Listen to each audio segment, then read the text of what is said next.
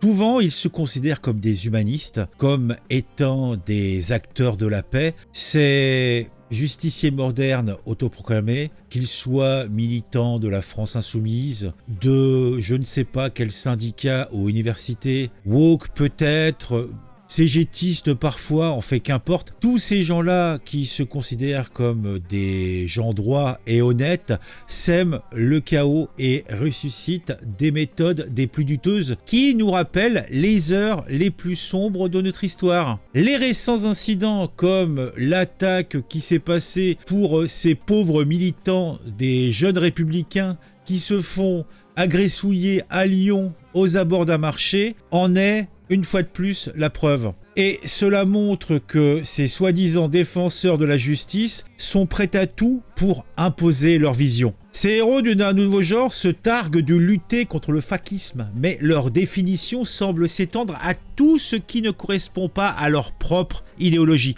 Pour eux, c'est simple, il suffit d'être de droite pour justifier une agression, comme en témoignent les attaques contre des militants organisant des conférences sur des thèmes innocents à certaines villes. Alors, quelle est leur inspiration ? Les mouvements woke et leurs pratiques de censure, a priori. Les antifas, puisque on va plutôt s'axer là-dessus, publient même des cartographies d'accusations de transphobie, vous voyez, étendant ainsi leur champ de bataille à des mouvements féministes ou écologistes qui ne partagent pourtant pas complètement leur vision des choses. Mais c'est pas seulement la censure qui les occupe, il y a aussi la violence physique. Des universitaires tentent de légitimer ces méthodes, transformant la violence politique en une norme acceptée. L'antifascisme du quotidien, selon eux, justifie l'intimidation, le fichage et même les menaces physiques pour faire taire toute voix discordante. Ça sent la démocratie tout ça. Ils ont une fascination pour le renseignement et ils ont l'habitude de suivre des opposants jusqu'à leur domicile. Les antifas, comme j'en parlais, semblent avoir perdu de vue les principes démocratiques au profit de tactiques dignes d'une époque sombre de notre histoire. Le gouvernement devrait-il tolérer ces agissements ou agir fermement pour protéger la liberté d'expression et la démocratie? La question semble rester en suspens, mais pour l'instant, tout me laisse penser qu'ils en ont rien à battre.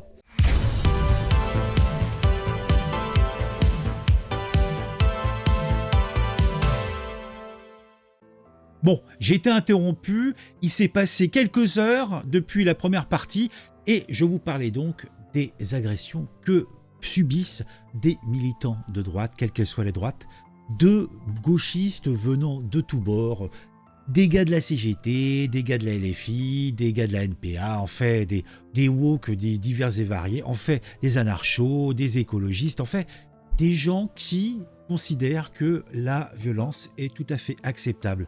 Et là, nous avons des jeunes républicains qui se sont fait agresser aux abords d'un marché. C'était hier, le dimanche 7 janvier 2024. Nous avons, il nous le dit, un groupe de 3 jeunes militants qui distribuent des tracts. Et on montre le tract à un monsieur d'une quarantaine d'années qui commence à proférer des insultes, qui commence à taper sur le pauvre bonhomme. Ses compagnons viennent s'interposer. Ils commencent à se prendre eux aussi des coups perdus. Autant dire que tout cela n'est pas beau. Et ce qui est le plus dramatique, c'est que ces pauvres petits membres de la République, ou les Républicains plutôt, on leur dit des méchancetés. Éric Ciotti écrit « Tout mon soutien à nos militants du Rhône lâchement agressés par des nervis d'extrême gauche. La violence n'a pas de place dans le débat démocratique. Nous ne céderons jamais face à ces groupuscules voulant imposer un régime de terreur. » Eh oui, voilà. Alors, il semblerait que c'est le fait. Vous en avez assez de l'immigration incontrôlée comme les Républicains. Alors, connectez-vous sur référendum-immigration.fr et dites-le. Effectivement, tout cela est somme toute assez gentillet, mais ça va loin, c'est que les insultes ont volé haut, ou plutôt très bas, je ne sais pas trop. Donc j'ai pris un autre article des Progrès qui parle du même sujet, et d'ailleurs on voit les 3 petits escogriffes. D'ailleurs la jeune femme, ça doit être son petit copain avec les oreilles décollées, qui est tout à fait charmante, mais vous êtes charmante mademoiselle, très charmante. Et le monsieur, un petit peu de Biactol, hein, les petites taches et tout. Mais en tout cas, ce sont 3 militants, somme toute plutôt de la meilleure eau, hein, bien habillés, sympatoches. Ce dimanche, il m'a traité de facho et de raquiste. Un jeune militant LR frappé et insulté sur un marché. Oui, c'est-à-dire que dès que tu n'es pas de gauche, tu es de droite. Et si tu es de droite, tu es par défaut un facho, ce que tu veux. Et la vision de ces gens-là est quand même assez monstrueuse. Donc là, vous voyez, ce sont ces 3 jeunes gens qui se sont fait maltraiter. Je lui ai donné le tract concernant l'agglomération, il l'a lu entre les lignes, m'a dévisagé et a commencé à m'asséner un coup de poing au visage et me bousculer en m'insultant. Ouais. Mais ça, c'était une entrée en matière, puisque je me suis dit, tant qu'à faire, on va remonter un petit peu dans le temps, voir un petit peu ce qui se disait. Et je remonte à quelques mois, c'était en mars 2023, un militant de droite dénonce une agression par 3 antifas et un membre de la CGT dans la manifestation du 15 mars à Grenoble. Je me suis fait beaucoup bousculer. Ils ont essayé de me mettre des coups de poing, mais je me suis débattu. C'est ainsi qu'Alexis Lachaise, jeune membre des Républicains, encore les Républicains, de l'Isère, décrit l'agression dont il aurait été victime en marge de la manifestation contre la réforme des retraites. Et des cas comme ça, il y en a plein. J'en ai pris 1 ou 2 comme ça pour passer, pour vous montrer que il y a un côté systématique dans cette violence que nous proposent les gauches, largement. Donc tout ce qui compose la NUPES, ils ne voient qu'en opposition, et les surenchères permanentes que nous proposent les gens de la France Insoumise ne fait que militariser leurs suiveurs, tout simplement. Mais on va continuer, on va aller un peu plus loin. Et on va reprendre, alors là ça date un petit peu, ça date de 2021, mais c'est symptomatique. On va reprendre une interview de Jordan Bardella qui dénonçait l'impunité d'une partie de l'extrême gauche, et elle est somme toute toujours d'actualité. Écoutez plutôt. D'adopter des principes qui soient des principes républicains, démocratiques et qui s'appliquent à tous. Donc effectivement, on a l'un de nos militants qui est militant en Loire-Atlantique à Saint-Nazaire, qui a été dans le cadre de la campagne des élections départementales et régionales, qui est déjà compliquée à mener, vous vous en doutez, vu les restrictions sanitaires, qui ont été attaqués, frappés au sol par des militants dits antifascistes, qui sont les réels fascistes aujourd'hui dans notre société, puisqu'ils font régner la terreur systématiquement, en s'en prenant aux gens du Rassemblement national, en s'en prenant à la police dans les manifestations, en venant s'aborder tous les cortèges de manifestations sociales qu'il y a eu dans notre pays. Ce sont les mêmes organisations à chaque fois. Notre ami a dû être hospitalisé. Il est sorti hier de l'hôpital. Il va évidemment déposer plainte. Il a rendez-vous compte 6 mois d'ITT.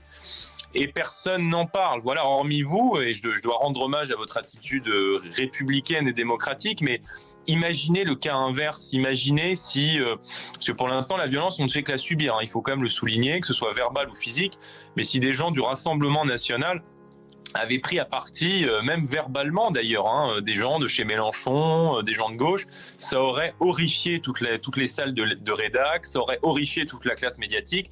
Donc il y a quand même un 2 poids 2 mesures qui est un peu insupportable, et on voit bien que derrière ça, et au-delà de ce fait qui est tragique, qui est dramatique, il y a quand même le sujet de l'impunité de toute une partie de l'extrême gauche, de l'ultra gauche, qui sont des gens organisés, dont les messages, les appels à la haine, à la violence sont régulièrement identifiés, bien connus par les services de renseignement sur Facebook notamment. Donc il y a à la fois l'impunité de l'ultra gauche et à la fois un 2 poids 2 mesures, parce qu'effectivement lorsque c'est nous qui subissons la violence, moi j'aime pas trop me victimiser ou victimiser le Rassemblement national, mais c'est vrai que lorsqu'on est victime de ce type d'acte, il y a malheureusement trop peu de personnes qui montent au créneau pour défendre ce qui devrait être un droit, celui de pouvoir s'exprimer librement dans notre pays, dans un état d'esprit, encore une fois, républicain et démocratique. Voilà. Donc, vous voyez, c'était en 2021. Et est-ce que quelque chose a changé? Non. Et vous avez entendu 6 mois d'ITT, 6 mois. Vous savez dans quel état il devait être, le mec? Le militant du RN? Bon, et on peut continuer. Alors là, c'était des syndicalistes étudiants. Putain de Batou, l'Uni de Lyon dénonce des agressions de l'extrême gauche, et tout souvent à Lyon, qui semble être un endroit où ils ont vraiment une surreprésentation. En cause des élections étudiantes pour le conseil central de l'établissement, l'occasion d'échanger d'échanges remplis d'animosité entre certains militants selon l'Union nationale interuniversitaire, l'UNI. Dans un communiqué, l'organisation universitaire ancrée à droite dénonce des incidents dès le premier jour du scrutin ce mardi. Nos militants ont été pris à partie par des antifascistes à l'appel de l'UNEF qui ont empêché physiquement de défendre le projet de l'UNI auprès des étudiants. Rebelote le lendemain, toujours selon l'UNI, plusieurs militants de l'UNI ont été agressés physiquement par des personnes hurlant en arabe et menaçant nos militants avec un couteau.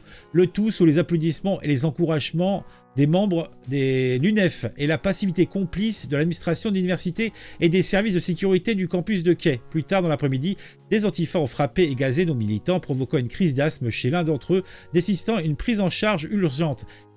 Et avec parmi les insultes, putain de Babtou, putain de blanc, note de la rédaction, et je suis un soldat du ciel, musulman et fier, ont été prononcés, comme le montre une vidéo diffusée par l'UNI. Le syndicat étudiant affirme ainsi qu'un individu particulièrement véhément avait aussi crié « Pour Allah, on va vous tuer ». Voilà, ça, c'était le 24 novembre 2022. Vous savez, le temps passe, mais les choses, les occurrences. Mais on peut aller plus loin, et pas seulement la droite. Là, le maire de Toulouse, qui a été agressé par un groupe de l'ultra-gauche lors de la fête de la musique, c'était en juin 2023. Vous remarquerez toutes ces occurrences. La presse n'en parle pas des masses. Hein. Ce sont des faits divers, ce sont des petits événements. Et on n'en parle pas, on en parle peu. C'est inacceptable. Et on continue. Là, par exemple, Toulouse, un militant d'extrême gauche identifié après un passage à tabac. Et voilà, ça c'était en juillet 2022. Donc, c'était dans les législatives, était fini, je pense. Début mars, des couleurs d'affiches du syndicat d'étudiants très à droite ont été prises à partie, donc l'UNI, par un adversaire politique près de l'université de Mirail à Toulouse. Les policiers ont identifié cet homme qui sera jugé en mi-septembre. Cheveux rasés, de nombreux tatouages et le goût de peu de mots. Pablo, 24 ans, a été sorti de son lit mercredi matin par les policiers de l'antenne du RAID à Toulouse. Un réveil du genre qui secoue mais qui n'a guère troublé cet homme. En effet, lors de sa garde à vue, il a usé de son droit de silence et n'a pas dit un mot sur les violences aggravées qui lui sont reprochées. Est-ce qu'il reconnaît les faits? Il les assume ou il veut s'excuser? Non, ça vaut rien, prévient le procureur, etc., etc. Avec un tatouage à câble, tous les flics sont des salauds sur le bras et une voiture de police qui brûle sur l'autre, on peut à minima se poser des questions. Il leur apprend quoi aux enfants? L'idéologie politique ironise en aparté Maître Emmanuel Tricoire, le défenseur des victimes, etc., etc.